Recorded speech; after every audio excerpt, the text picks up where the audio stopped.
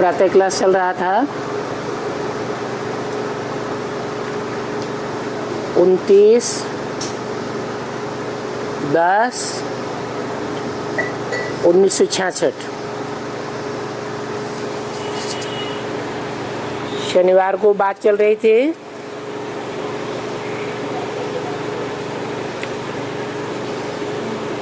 मैं सबका बाप हूं। समझा? और सबकी सदगति वगैरह करने वाला हूं। मनुष्य कहते हैं कि ये जो चक्कर है, षष्ठी चक्कर, उनकी आयु लाखों वर्ष है। शिव बाबा कहते हैं कि नहीं, इसकी आयु 5000 वर्ष है।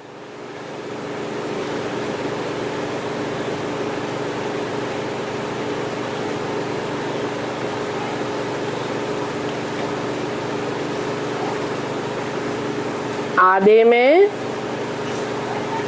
ब्रह्मा का दिन और आधे में ब्रह्मा की रात। रात और दिन बराबर होने चाहिए ना।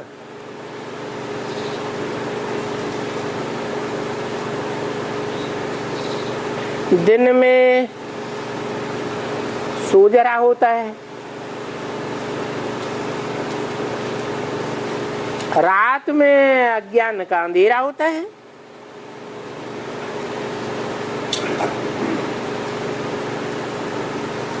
जब सूझरा होता है तो सुख अनुभव होता है।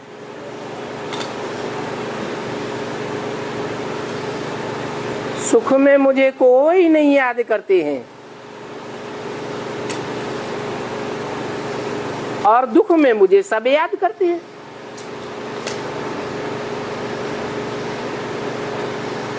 दुख में याद करते हैं, इसका मतलब है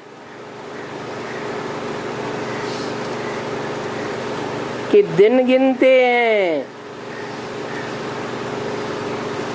समय की गिनती करते हैं। आधा कल्प सतयुग त्रेता में कोई समय की गिनती नहीं करता। वो है ही ब्रह्मा का दिन। और आधा समय द्वापर कलयुग है ब्रह्मा की रात। जिस रात में काउंटिंग करते हैं एक एक दिन की। प्रूफ के लिए संवत बनाए हुए हैं। शक संवत, होण संवत, विक्रम संवत, और मुसलमानों के यहाँ हिजरी संवत। क्रिश्चियंस में ख्रिस्त संवत। क्रिश्चियन लोग कहते भी हैं क्राइस्ट से 3000 वर्ष पूर्व भारत में पैराडाइज था। मतलब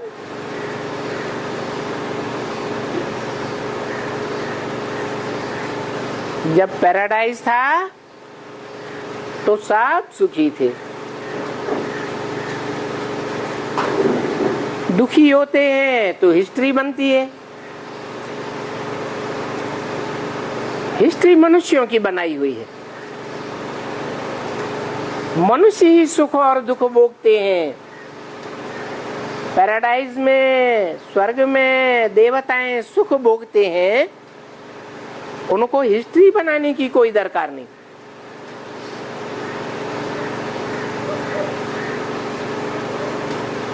तो मनुष्यों की दुख की हिस्ट्री है 2500 वर्ष की,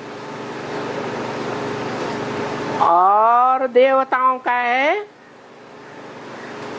सुख का टाइम 2500 वर्ष। जहां देवताएं सुखी सुख भोगते हैं। तो सुख और दुख की सृष्टि दोनों मिलाकर के 5000 वर्ष ये चक्र है। सुख के बाद दुख, दुख के बाद सुख, दिन के बाद रात, रात के बाद दिन आता ही रहता है। दिन कौन करता है? दिन बनाता है ज्ञान सूर्य। और रात कौन बनाता है? दुख देने वाला, रुलाने वाला रावण बनाता है। ज्ञान दिन आता है एक से, और अज्ञान की रात होती है अनेक गुरुओं से।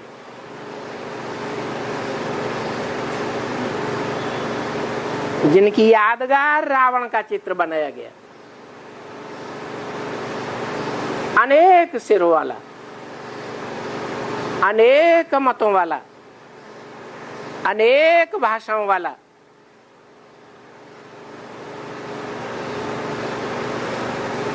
उसको कहा ही जाता है द्वैतवादी युग, द्वापर युग। दुभांत आ जाती है।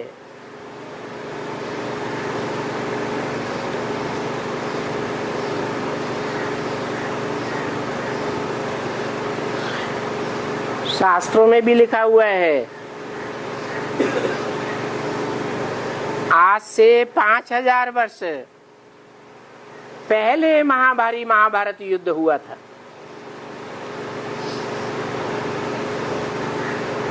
इसी भारत में हुआ था। भारत और भारत के आसपास के सभी देश उसमें सम्मिलित हुए थे।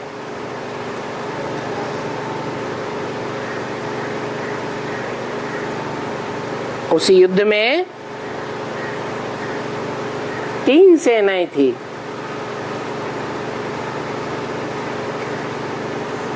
पांडव सेना सुख का रास्ता बताने वाले पंडा बाप को फॉलो करने वालों की सेना।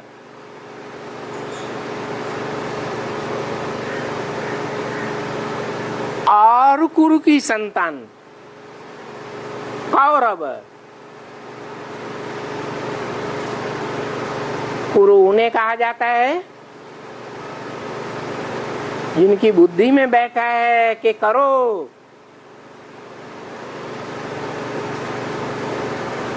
हमारे करने धरने से ही दुख सुख की दुनिया आएगी।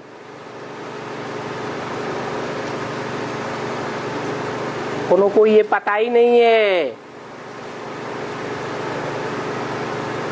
कि गीता में भी लिखा हुआ है प्रकृति क्रियमाणानि गुणे कर्माणि सर्वशः। प्रकृति के द्वारा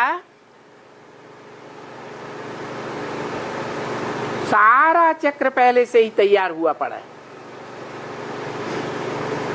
जो सृष्टि चक्र है सत रज तम में आवृत होता रहता है।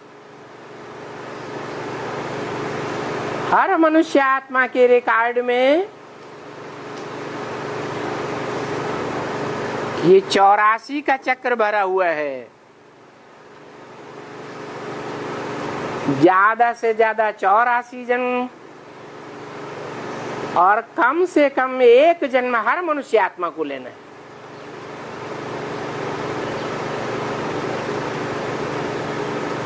तो मनुष्य कुछ नहीं करता है,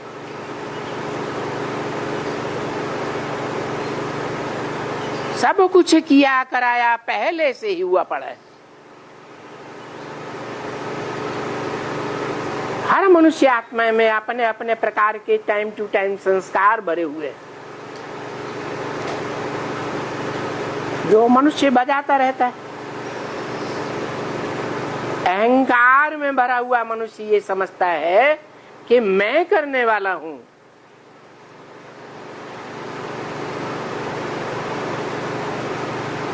वास्तव में चक्र में सांप बंधे हुए।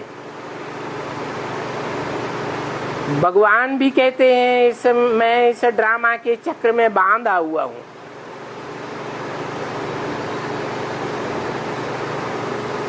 रामायण में तुलसीदास ने भी लिख दिया, कल्प कल्प लगी प्रभु अवतारा। हर कल्प में भगवान को आना पड़ता है। जब भगवान को ही आना पड़ता है तो दूसरी कोई मनुष्य आत्मा कैसे बचेगी?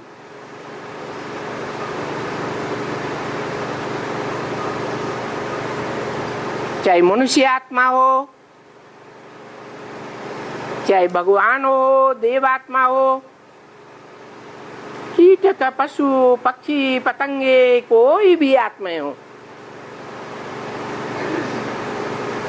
सबका पार्ट इस 5000 वर्ष के ड्रामा में नुदा हुआ है। इससे ज्यादा हिस्ट्री मिलती ही नहीं। सिंध, जोदड़ो, हड़प्पा, मैसौमिया की बड़ी बड़ी खुदाइयां हुई, उनमें 5000 वर्ष से पुरानी कोई चीज नहीं निकली। शिव की जो लिंग मूर्तियां सबसे पुरानी है, वो भी 5000 वर्ष से ज्यादा पुरानी साबित नहीं होती।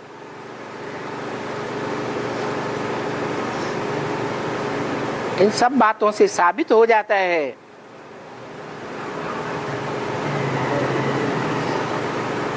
कि ये ड्रामा का चक्र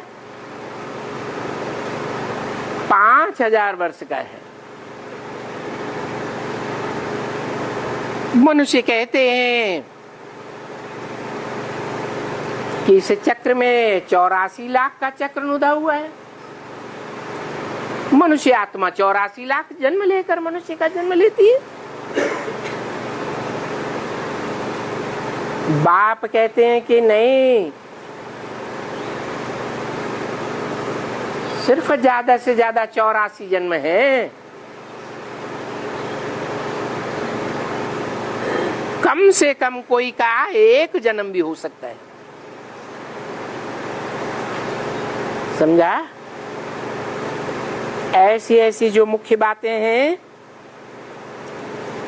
वो चित्र में लिख देना चाहिए। देखो, बाबा कहते रहते हैं ना,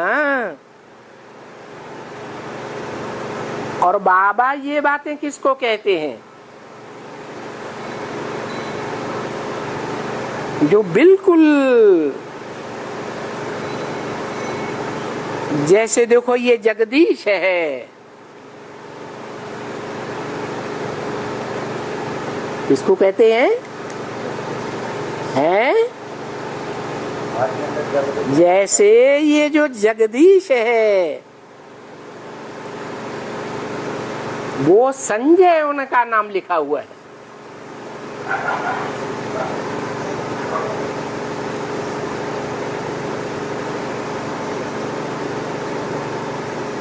अरे उनके डायरेक्शंस जैसे कि उनके पास आ जाते हैं, क्योंकि उनको ये बनाना होता है ना।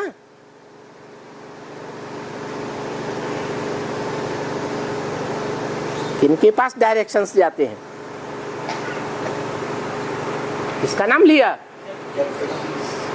जगदीश के पास डायरेक्शंस जाते हैं। डायरेक्टर के कौन है? डायरेक्टर, इस ड्रामा का डायरेक्टर, क्रिएटर, मुख्य एक्टर कौन है? शिव बाबा।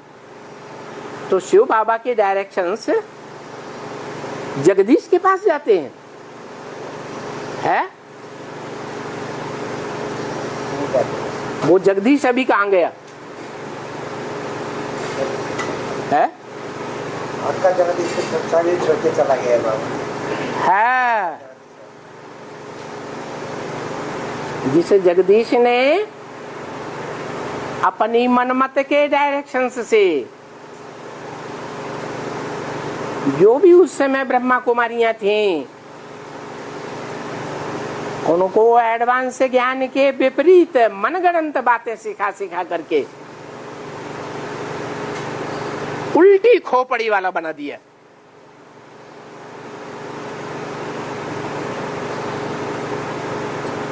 अंदर अंदर सत्य सत्य का संघर्ष चलता रहा और उस संघर्ष ने उसकी खोपड़ी में ट्यूमर बना दिया।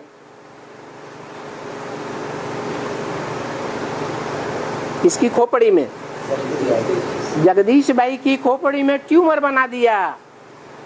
उसी ट्यूमर में वो मर गया, शरीर छोड़ गया। तो उस जगदीश को डायरेक्शंस मिलते हैं डायरेक्टर के। अरे नहीं, ये बेहद का बाप कहते हैं कि मैं हद की बातें नहीं सुनाता हूं, मैं बेहद का बाप हूं। तो कैसी बातें सुनाऊंगा? बेहद की बातें सुनाता हूं। जगदीश नाम भी जब बोलते हैं तो उसका अर्थ है शब्दों का जगत ईश। ईश माने शासन करता, सारे जगत का शासन करता। और सारे जगत का शासन करता जगत पिता कहा जाएगा कि कोई मनमत पर डायरेक्शन से रचने वाला कहा जाएगा। जगत पिता जो डायरेक्शंस देते हैं, जगत पिता तो विश्व के मालिक को कहा जाता है। विश्व का मालिक कौन बनाता है? भगवान बनाता है, गॉड फादर बनाता है। और गॉड फादर के डायरेक्शन पर जो चलता है वो ही विश्व का मालिक बन सकता है। तो बेहद का जगदीश शास्त्रों में गाया हुआ है। कौन है?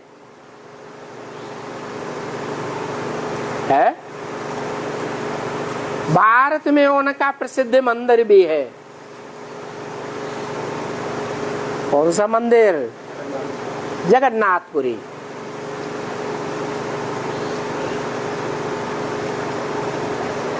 जगन्नाथ है तो जगन्नाथनी भी होगी।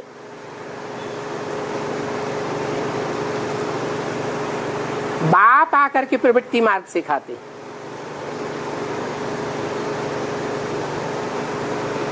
तो उन गॉड फादर के सारे डायरेक्शंस जैसे कि उन्हें बेहद के जगदीश के पास पहले जाते, क्योंकि उनको ये ड्रामा बनाना होता है। किनको?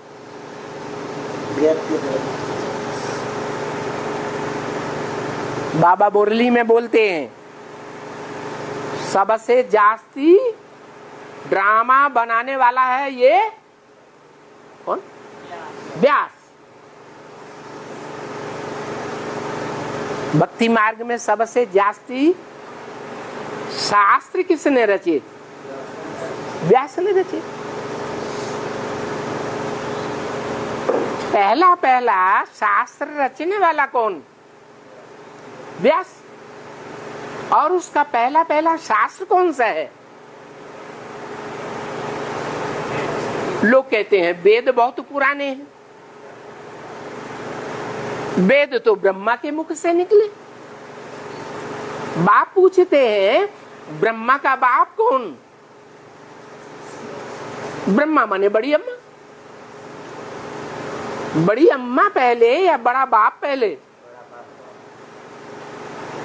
तो ब्रह्मा को भी डायरेक्शंस देने वाला कोई हुआ ना। मुरलियों में भी तो बोला हुआ है, इन मम्मा बाबा को बैठ करके डायरेक्शंस देते थे, ड्रिल कराते थे, टीचर बन करके बैठते थे। तो कोई बच्चे थे ना यज्ञ के आदमी।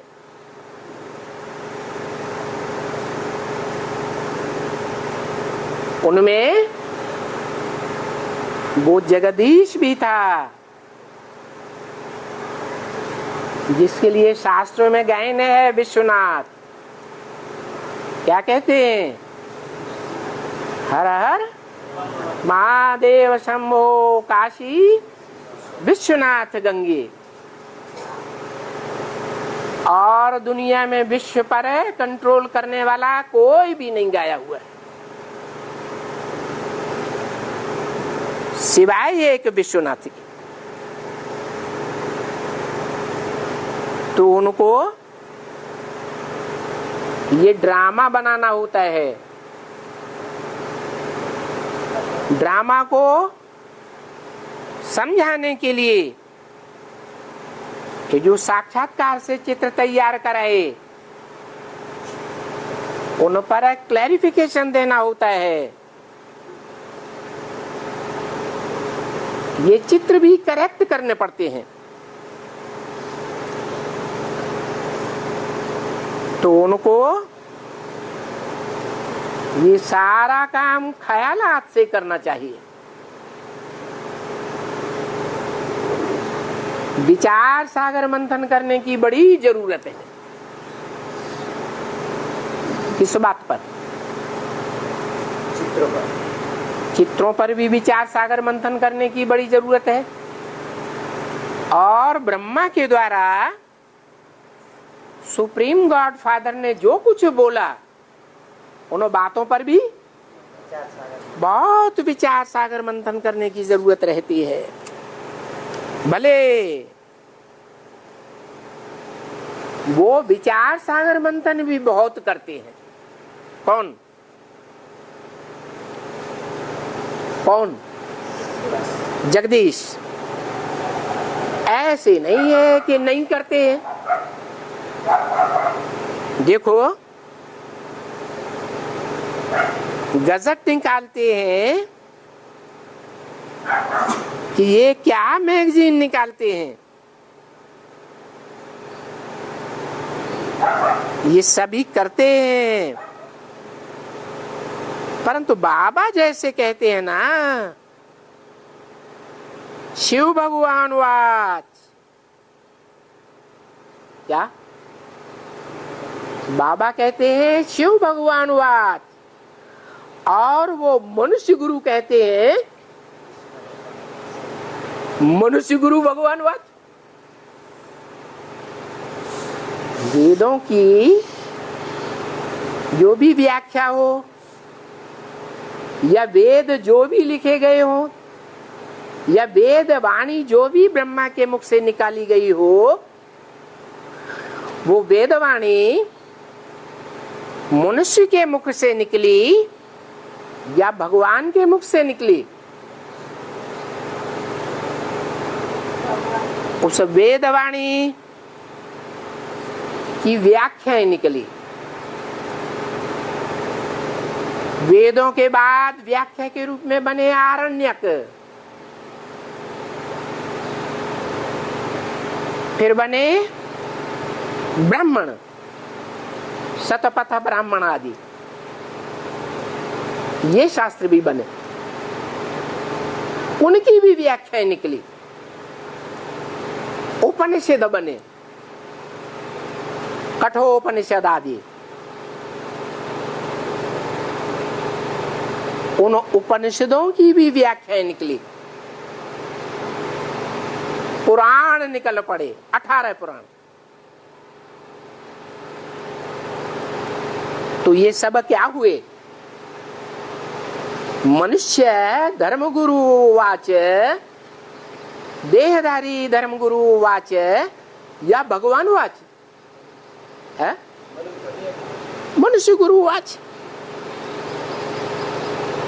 सो तो पंडित और विद्वान और आचार्य लोग ही सब सीखते हैं।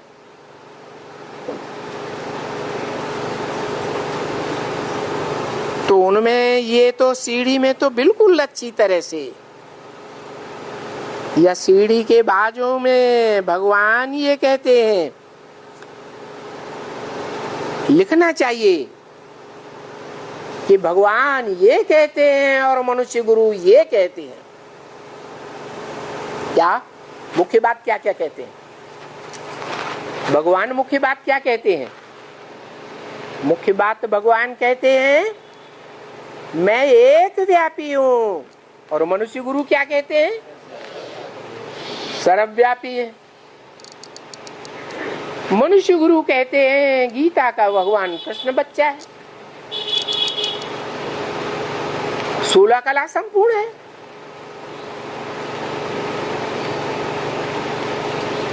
देवताएं कलाओं से बड़े पूरे होते हैं, उन्हें 16 कला संपूर्ण कहो, 14 कला संपूर्ण कहो, कलाहीन भी मनुष्य होते हैं। परंतु भगवान तो कलातीत कल्याण कल्पांतकारी गाया हुआ है। कैसा है? कलाओं से अतीत, कलाओं से परे है।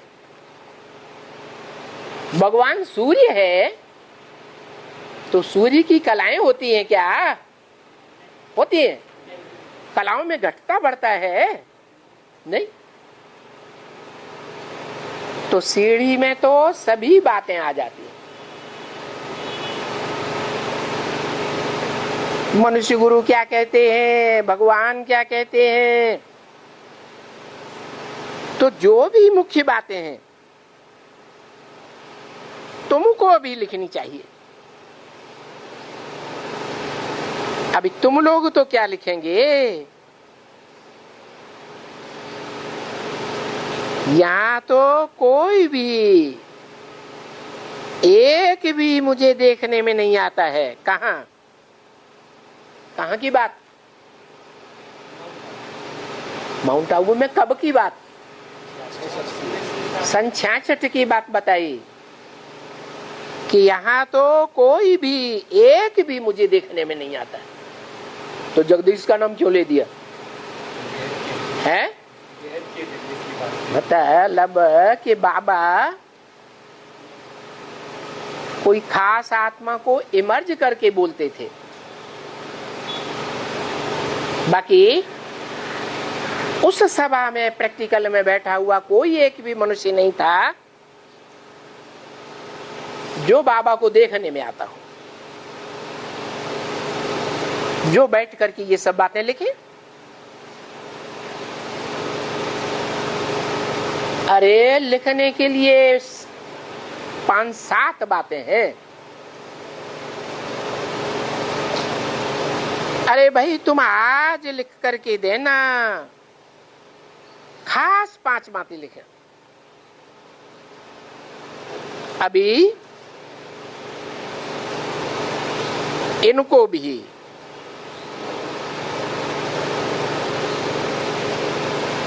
क्यों लगा दिया? और भी कोई हो रहा है इसलिए भी लगा। हाँ, बाबा ने मर्ज करके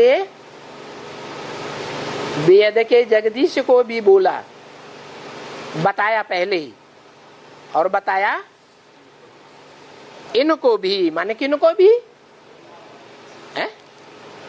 आपका जगदीश। हाँ, हद का जो जगदीश बैठा हुआ था बाजू में, तो बाबा ने कहा इनको भी, जगदीश को भी कहता हूं। समझा? बाबा ने भी क्यों लगाया?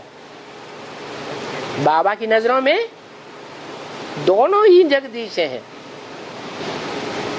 एक जगदीश इमर्ज किया हुआ और दूसरा बैठा हुआ था सभा में। तो वो भी जो भी होशियार होशियार कहते हैं ना,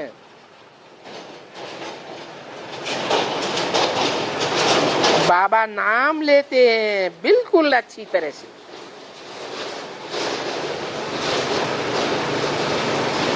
क्या होशियार होशियार में किसका नाम लिया? अभी वेद के जगदीश का। फिर बोला अच्छी तरह से, बिल्कुल भाई ब्रजमोहन है,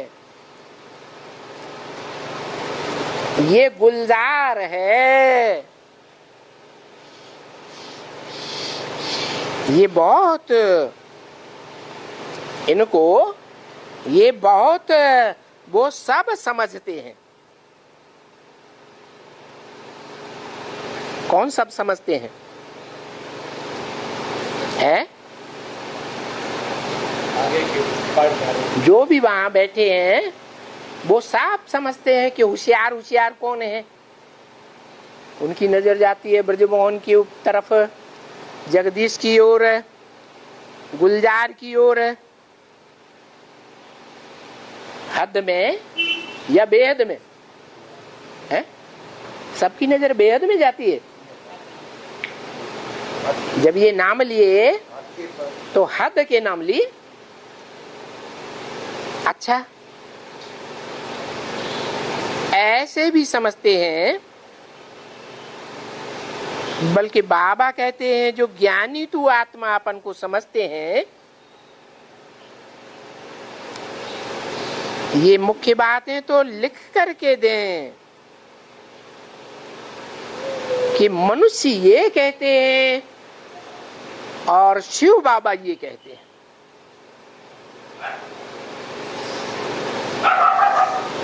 जैसे इसमें लिखा हुआ है ना, ये 5 ऊपर में है।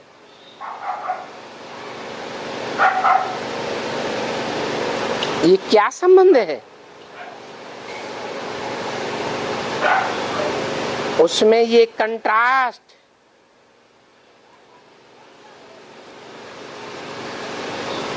मनुष्यों का और उनका।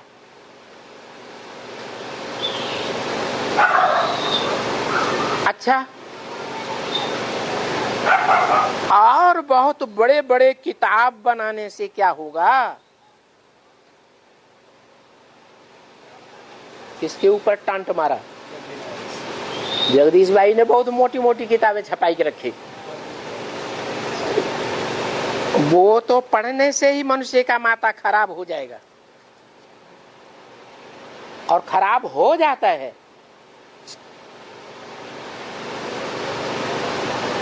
नहीं,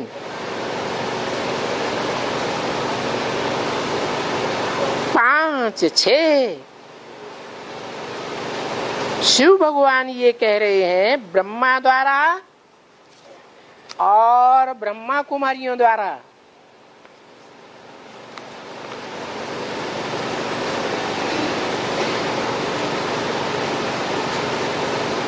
और ये मनुष्य ये कहते हैं।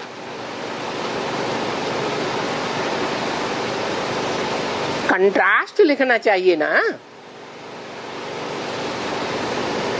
29/10/66 की वाणी का 3रा पेज। तो ये जो मुख्य बातें हैं ना वो लिख दें। तो अभी प्रदर्शनी होती है ना बच्ची। दूसरा, आजकल विकार के ऊपर है, अबलाओं के ऊपर अत्याचार बहुत होते हैं।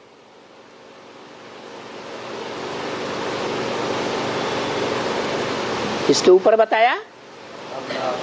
क्यों कहा अबला? बलवान नहीं कहा, क्या कहा? अबला। उनके ऊपर अत्याचार बहुत होते हैं। कौन करते हैं?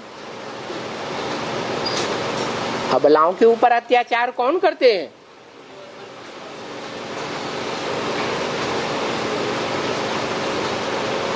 कलयुग में कन्याएं माताएं अबला हो जाती है। क्यों हो जाती हैं अबला? कौन बनाता है अबला? है?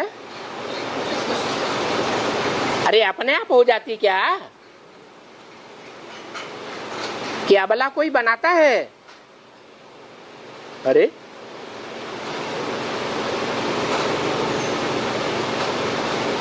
जब भारत में देवी देवताएं थे तो देवियों को अबला कहा जाता था। भगवान ने फाउंडेशन ही ऐसी देवी का डाला जो संसार में सबसे जास्ती सबला साबित हो गई, कौन है? जगदम्बा, बेहद की गुलजार, जिनकी सतो प्रधानता का नाम है दुर्गा, दुर्गुणों को दूर करने वाली। तमो प्रधान बनती है तो सारी तमो प्रधान मनुष्यों का संहार कर देती है। तो सबला हुई या अबला हुई? वो फाउंडेशन काल है नई दुनिया का, जहां भगवान ने कन्याओं माताओं को सबला बनाया था। फिर अबला कौन बनाता है? कब से बनती है अबला? द्वैतवादी युग से। द्वैतवादी युग कौन लाता है?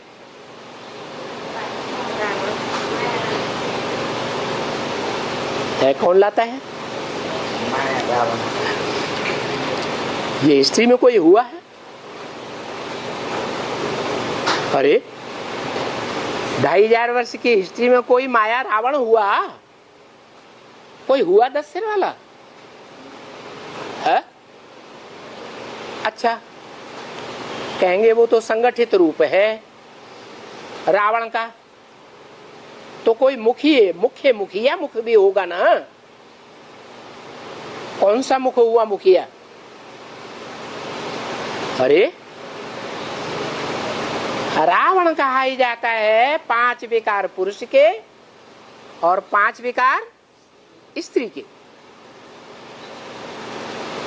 ये 10 विकारों का संयोग है। उनमें मुख्य सिर कौन सा है?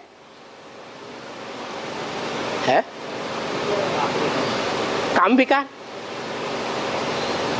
तो जो काम विकार का मुख है उसका प्रणेता कौन हुआ? कब से हुआ है? दुनिया में हर बात के लिए, हर काम के लिए शुरुआत करने वाला कोई एक निमित्त तो होता है ना। तो काम विकार का निमित्त कौन हुआ है? अरे देवान, ठीक बात है।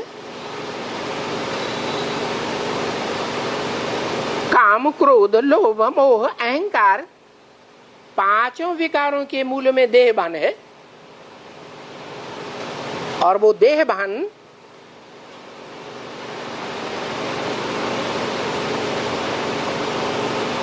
मनुष्यों में ही होता है या देवताओं में भी होता है? मनुष्य में ही होता है। देवताओं की ज्ञानेंद्रियों में देहभान नहीं होता है? ज्ञानेंद्रियों में होता है। जो ज्ञानेंद्रियों में देहभान होता है उससे पतन तीव्रता से नहीं होता है। होता तो है परंतु देहभान के कारण तीव्रता से पतन कब होता है? जब ज्ञानेंद्रियों से नीचे उतर करके कर्मेंद्रियों में देहभान आता है।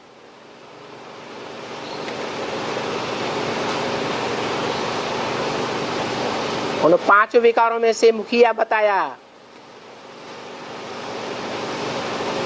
कामेश, क्रोधेश, रजोगुण समुद्भव। रजोगुण से उत्पन्न होता है।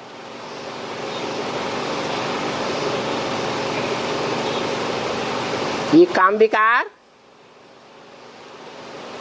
सात्विक से, सात्विकता से उत्पन्न नहीं होता।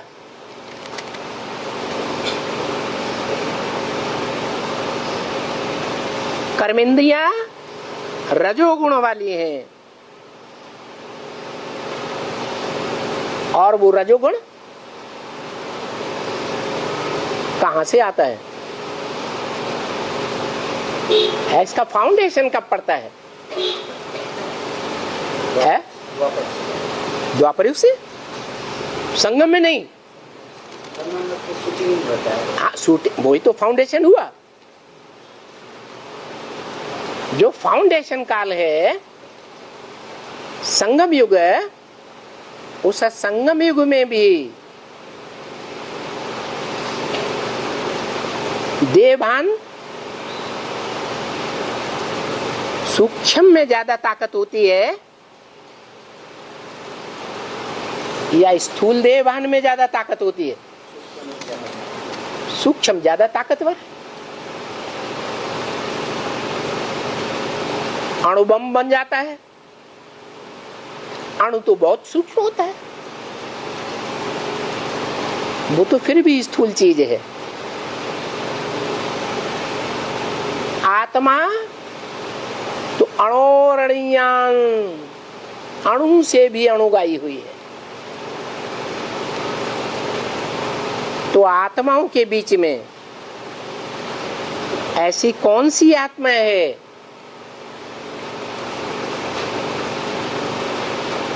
जो सबसे जास्ती देवभान वाले गुरु का पार्ट बजाती है? कोई है या नहीं है? कौन है? धीरे से क्यों बोलते हैं? है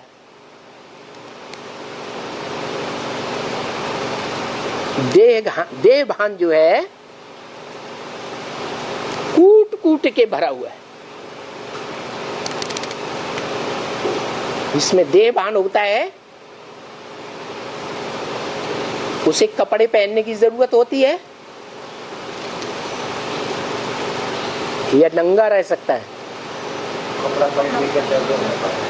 त्रिमूर्ति में क्या दिखाया है? ब्रह्मा को कपड़े पहने हुए दिखाया और शंकर को क्यों? ये निशानी है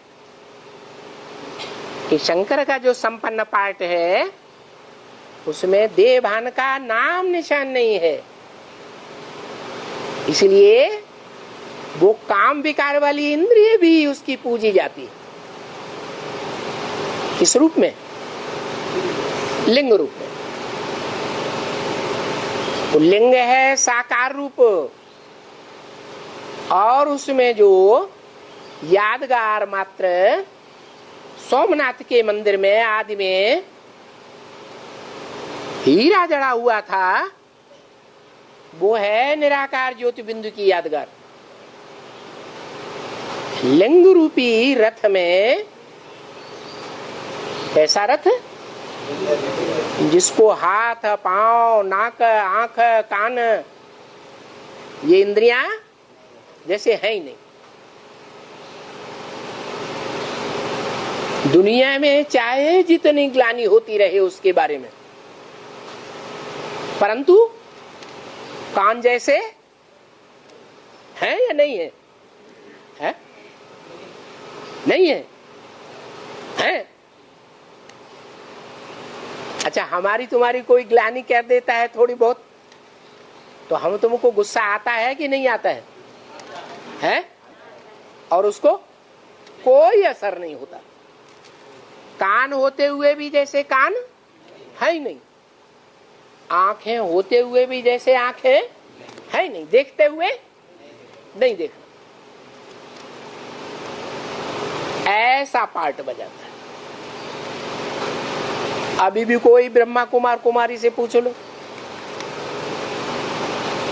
शिव भगवान गॉड फादर जब से मुकर्रर रथ में आता है तब से लेकर अभी 78-79 वर्ष होने आए, किसी बच्चे के अवगुण को देखा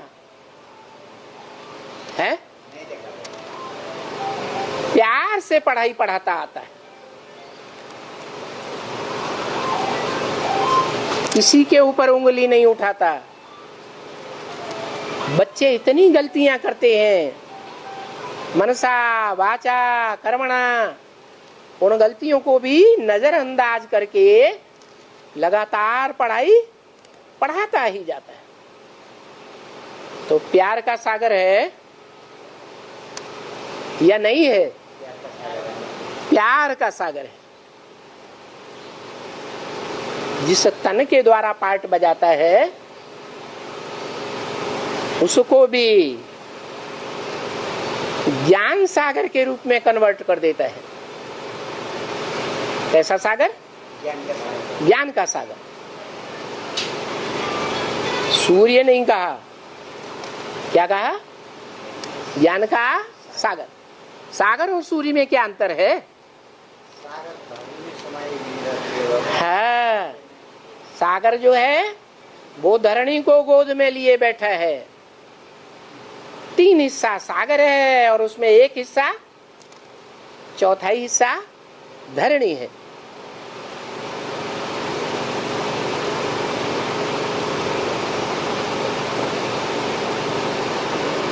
इसलिए धरणी और सागर ये मेल है। नदियां धरणी से निकलती हैं या सागर से निकलती हैं? सागर में जाकर के मिलती हैं, फिर निकलती कहां से है? सागर से ही निकलती है। सागर से ही निकलती है और सागर में ही समा जाती है। तो सागर उसे 2 रूप में गाया गया है। जब सात्विक स्टेज है तो बहुत ऊंची स्टेज में गाया जाता है। क्या नाम है उसका? अरे, सागर की ऊंची स्टेज जब होती है तो वो ऊंची स्टेज में किस नाम से गाया हुआ है? नहीं, वो तो नीचे हो गया। नदियां नीचे जाती हैं तब सागर में गिरती है। मानसरोवर पानी कैसा है? वो ज्ञान जल कैसा है? शीशे के मुआस्फिक, ऊपर से लेकर के तल्ले तक पारदर्शी दिखाई देता है। गहराई में अगर काली चट्टान भी है तो वो भी देखने में आती है, इतना पारदर्शी।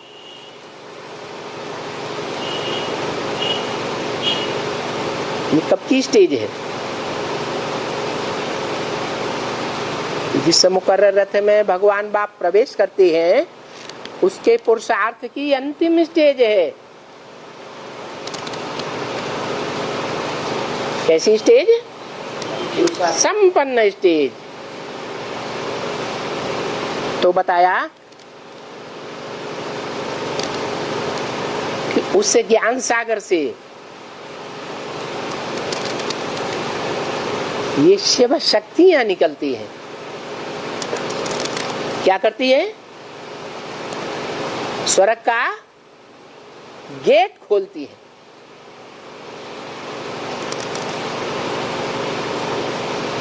कोई है जो नरक का गेट खोल करके बैठ जाती। बाप कहते हैं जो कन्याएं माताएं स्वर्ग का गेट खोलने के निमित्त बनती हैं उनको मैं सबला बनाता हूं।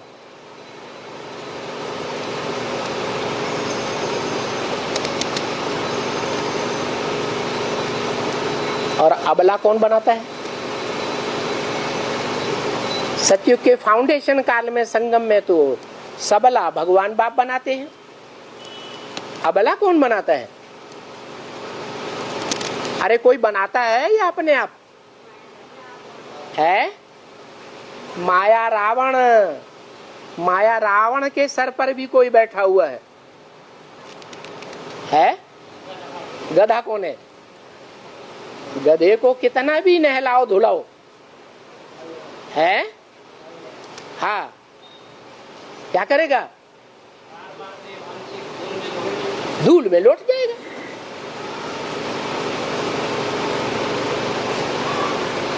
बाबा ने बोला तुम बच्चों को तमो प्रधान से सतो प्रधान बनने में 40 से 50 वर्ष लगते।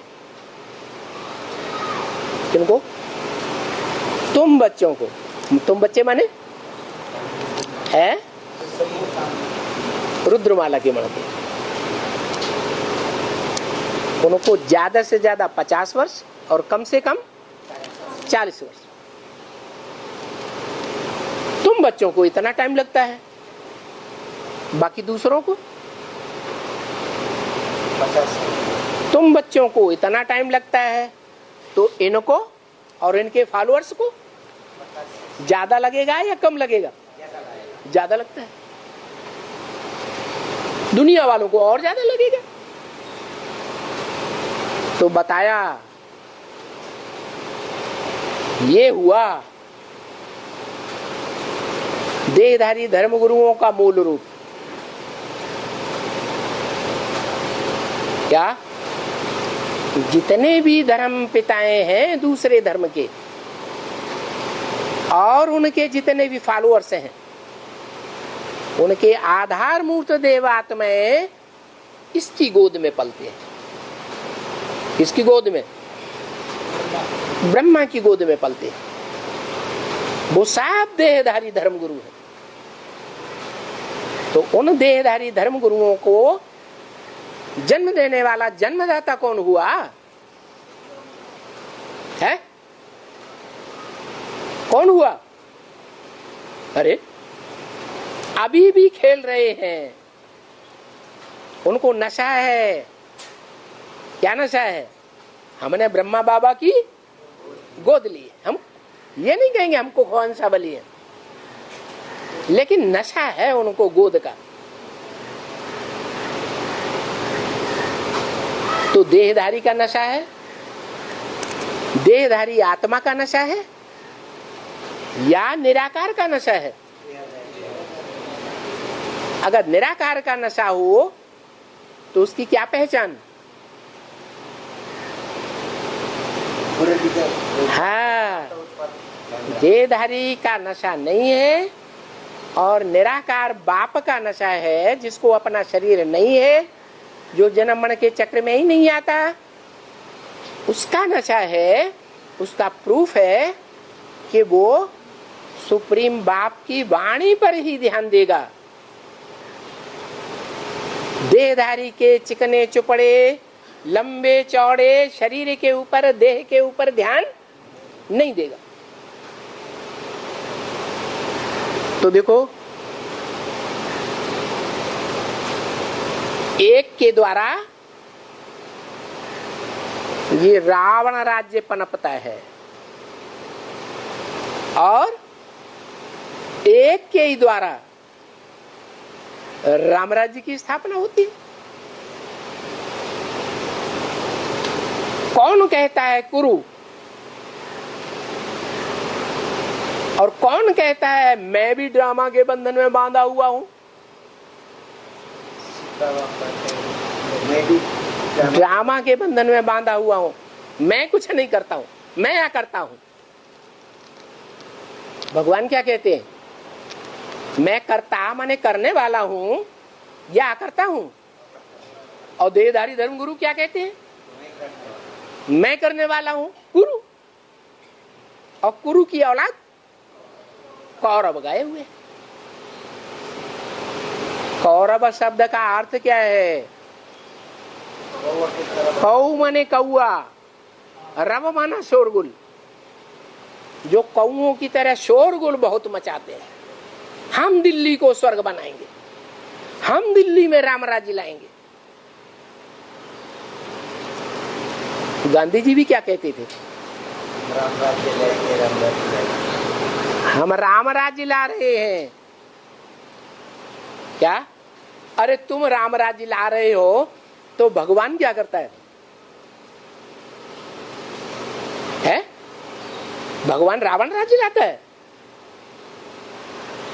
अरे कोई भी धर्म पिता, कोई भी धर्म गुरु इस दुनिया में राम राज्य नहीं ला सकता।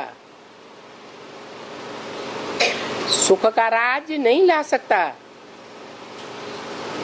क्यों? क्योंकि सब सुख के पिछाड़ी पागल हो जाते हैं। जन्म मरण के चक्र में आने वाली आत्मा सुख चाहती है या दुख चाहती है? सुख चाहती है। एक बाप का ही पार्ट है प्रैक्टिकल जीवन में। संपन्न होने पर गायन होता है, पूजन होता है, जो न सुख चाहता है न दुख चाहता है। सुख दुख से परे है। वो भगवान ही सदैव स्वस्थिति में होने के कारण स्वर्ग लाता है, स्वर्ग बनाता है। और नर मना मनुष्य क्या करता है? नर कहता है हम ये करेंगे, वो करेंगे, स्वर्ग बनाएंगे, दिल्ली को राजधानी बनाएंगे, स्वर्ग की राम राज्य लाएंगे, लेकिन रिजल्ट क्या होता है? और ही रावण राज्य आ जाता है। तो देखो, रावण राज्य जब आता है तो रावण राज्य के अंत में अति होने से जिन कन्याओं माताओं को भगवान ने सबला बनाया था, क्या बन जाती हैं? अबला बन जाती है।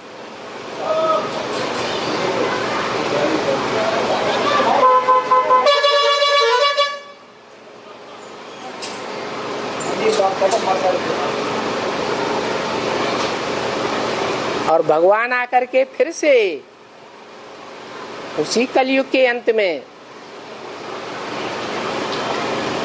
अबलाओं को सबला बनाता है। तो देखो, जिन अबलाओं के ऊपर अत्याचार होता है उसमें भी एक डायलॉग बनावे बच्चियां। जब ये सब दिखलाते हैं ना, दिखला करके पिछाड़ी में जाकर के डायलॉग कि बिखकेल मनुष्य क्या क्या करते हैं। हाँ? आज दुनिया में इतने जो धंधे धोरी फैले हुए हैं या नहीं? ये सब काय के लिए फैले हुए हैं? है? क्या दरकार है इनकी? अरे है क्या? मान मर्तबा कमाने के लिए। मान मर्तबा से क्या मिलेगा?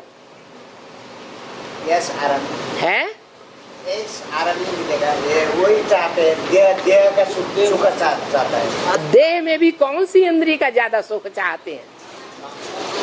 जो मरते समय वो इंद्रिय याद आ जाती है, क्योंकि सारा जीवन उसी इंद्रिय के सुख के लिए सारे धंधे धोरी फैलाते हैं।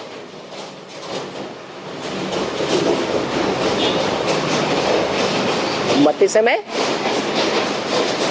पुरुष मरता है तो क्या याद आता है? अरे स्त्री चोला याद आ जाता है, तो स्त्री का जन्म मिल जाता है।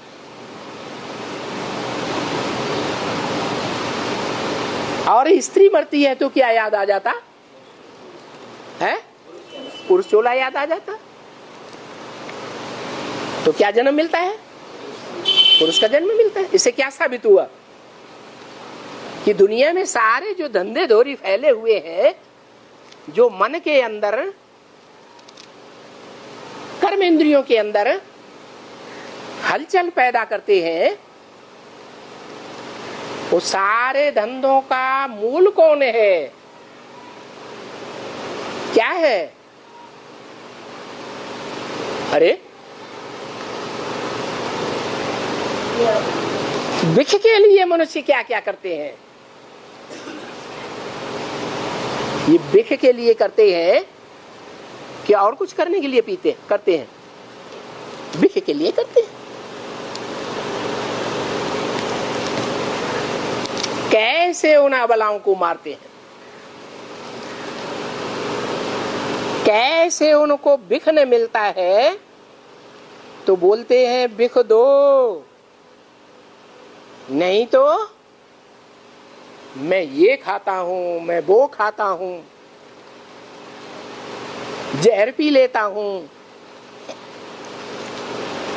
कोई तो गोली लेकर के माथे पर रख लेते हैं डर पाने के लिए। बोलो बिख दो, बिख नहीं देते हो, देती हो तो मैं जहर खा लेता हूं।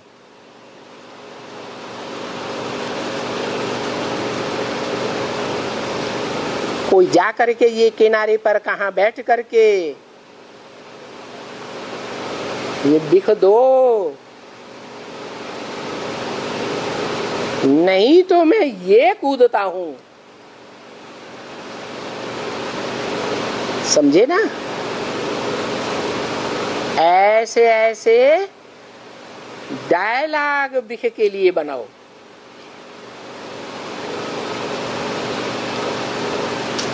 तो वो बिचारियां अबलाएं बड़ा बैठ करके उनको समझाती हैं, ऐसे ऐसे देखो न करो। वो बोलता है कि नहीं हम तो नगन करूंगा। बात बहुत समझने की है। ये तो तुम्हारा है ही, इसके ऊपर सारा मदार है। इसके ऊपर है ड्रामा के नहीं, इस रावण राज्य की दुनिया का सारा मदार इस बिख के ऊपर है, व्यभिचार के ऊपर है। ये जो अत्याचार होते हैं, ये जो हंगामा होते हैं घर घर में जहां तहां, ये सब कुछ बिख के ऊपर है। वो है कामेश क्रोधेश। क्या काम की आस पूरी नहीं होती है तो क्रोध में आ जाते हैं। बस काम की आशा पूरी नहीं हुई तो मारना शुरू कर देते हैं उनको। तो इसलिए देखो ये हंगामे, तुम्हारा ये जो ज्ञान है ना, इसके कारण वो ज्ञान भी नहीं ले सकते हैं। क्योंकि भला वो जो बिख, जहर, मूत नहीं मिलेगा तो उन विचारों का जीवन कैसे चलेगा। वो बोलता है इस मूत के बिगर तो मेरा जीवन ही व्यर्थ है एकदम। असल में ऐसे ही है, एकदम ऐसे कहते हैं। अगर मैंने मूत नहीं पिया तो मैं कुछ भी नहीं किया, एकदम नहीं किया। समझा ना? और बाप यहां कहते हैं, ये बच्चों तुम्हारा ये अंतिम जन्म है, इस मृत्यु लोक का अंतिम जन्म। क्योंकि ये महाभारी महाभारत लड़ाई, खून की नदियां बहने वाली लड़ाई सामने खड़ी हुई है। और ये वो ही लड़ाई है जो भागवत और महाभारत के अनुसार 5000 वर्ष पहले हुई थी। ओम शांति।